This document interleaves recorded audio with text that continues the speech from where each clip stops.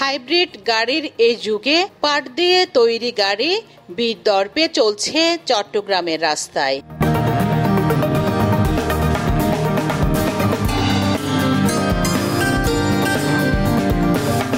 তিন চাকার এই গাড়িতে রয়েছে ৩০০ সিসি ইঞ্জিন, উন্নত braking system, steel road gearing, lighting ও সাউন্ড ফিচার।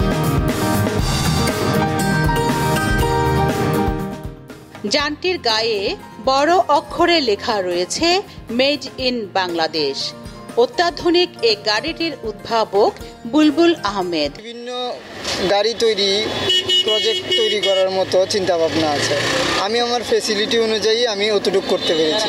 বড় ফ্যাসিলিটি হবে, বড় অনুদান থাকবে, আর্থিক ব্যবস্থা ভালো হলে এর থেকে ভালো কিছু আর উন্নত এবং কি কার্যকরী কিছু করব।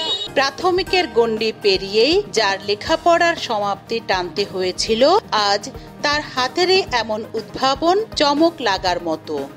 মাত্র 52 ঘন্টায় এই গাড়িটি তৈরি করেন বুলবুল।